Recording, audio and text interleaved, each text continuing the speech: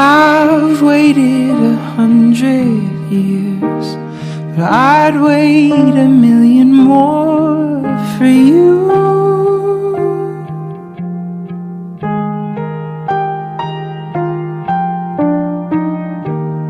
Nothing prepared me for what the privilege of being yours would do.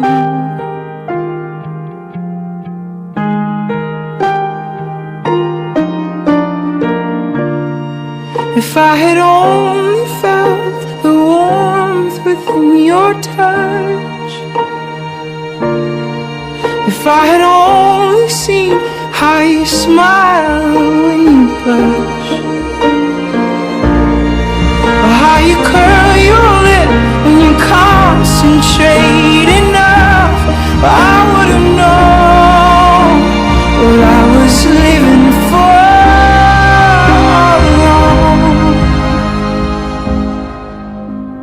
But I've been living for.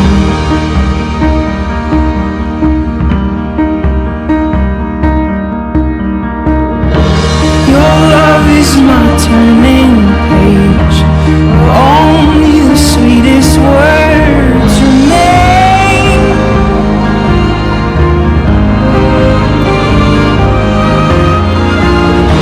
Every kiss is a cursive line, every touch is a redefining phrase.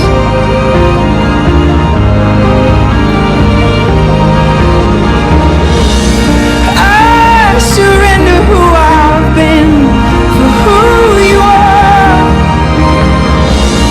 Nothing makes me stronger than your fragile heart. If I had only felt how it feels to be yours, I would have known what I've been living for all along.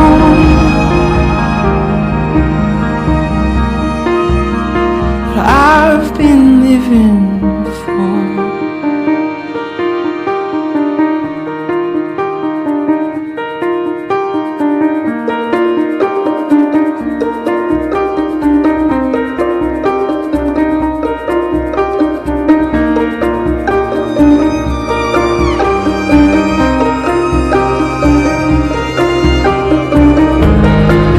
We're tethered to the story we must tell. When I saw you, well, I knew we'd tell it well.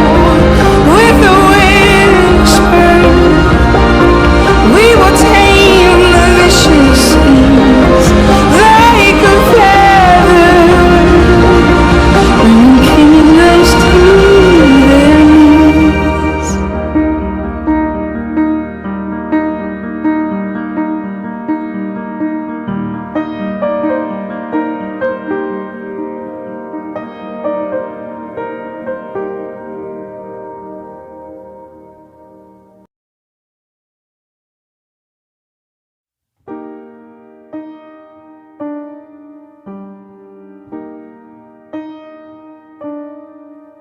Gusto namin marinig kasi gusto kong malaman ano ba yung pundasyon ng kasalan nito. Kaya ko siya gustong pakasalan kasi una sa lahat ay mahal na mahal ko siya.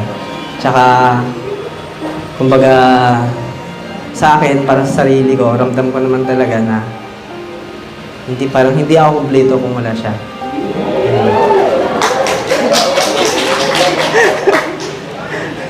Okay, ako ay kumbinsido, siguro mas lalong naging kumbinsido ang mga magulang ni Sheena.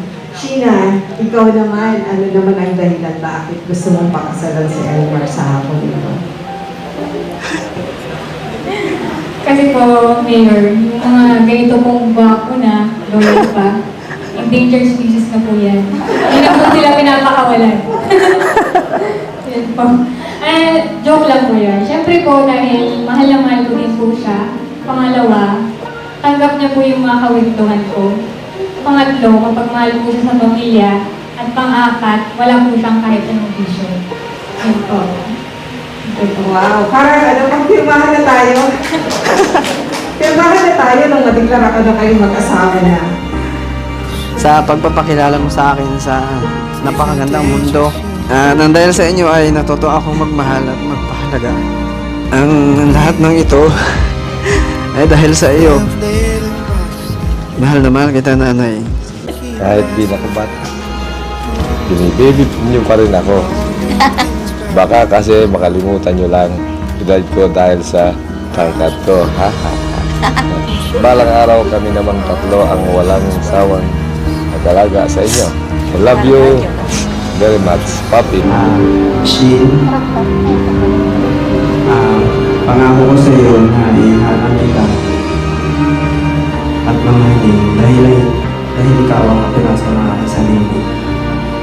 Pagsisimplahan kita at palakalagaan. Sorry sa mga pagkukulang ko. Alam naman natin na walang perfectong relasyon. Maraming salamat sa pagmamahal mo. Pangako sa iyo, ikaw at ako hanggang dulo. I love you. Simula naging tayo, marami na nabago sa sarili ko. Sa'yo ko natutunan anong mga salitang mahal kita at magsabi ng I love you sa mga magulang ko. Napakaswerte ko sa'yo dahil di ka lang mabait, ubod ka pa ng gwapo. Sa bagong kabanata ng buhay natin, ito lang ang pinapangako ko, ang maging mabuting asawa at mabuting ina sa magiging anak natin. At ikaw lang ang una't huli kong mamahalin hanggang dulo.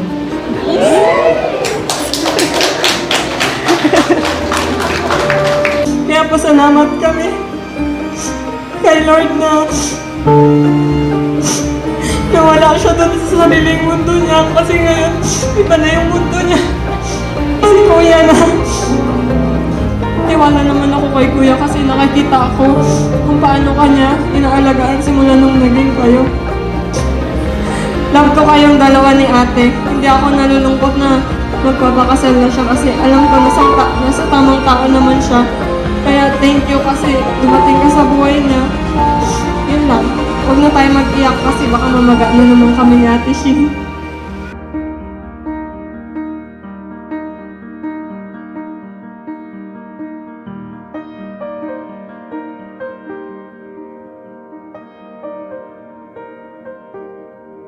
Title po nito ay Wala Nang Bawian. 13 taon tayo nang ako'y nakatulala sa direksyon mo. At pinagkalat mo agad na may crush ako sa'yo. Yan ang mga una kong alaala tungkol sa'yo. Lumipas ang 10 taon. Ang simpleng pagkakaibigan na uwi sa pagkakaibigan. Kaya nga nandito na tayo, wala na talagang bawian. 10 taon na pinagsamahan. Madami na tayong napagdaanan. Minsan nga'y sarili ko'y nakalimutang mahalin, nalugmok sa kalungkutan. Ngunit ako'y iyong pinatawa ng pinatawa.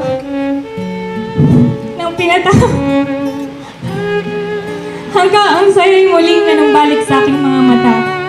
Damdaming gulong-gulong muli mong binuo. Salamat palaging nandyan ka na nagsasabing mahal kita, wala nang bawian kahit tupakin ka pa. Lagi mong sinasabi, kaya mo yan.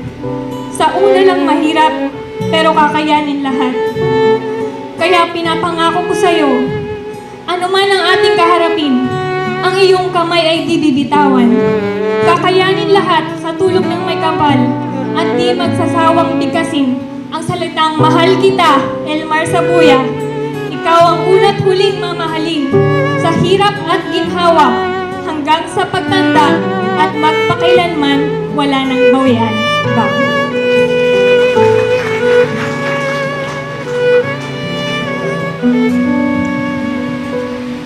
Meron akong ganti. Hindi ako papatalo. Sa akin naman ay pinamagatang kasama. Di ko alam kung paano ako mag-uumpisa. Pero pagkakaalam ko, lahat tayo kailangan ng kasama. May mga taong mas piniling mapag-isa, pero ako, mas pinili kong kasama ka.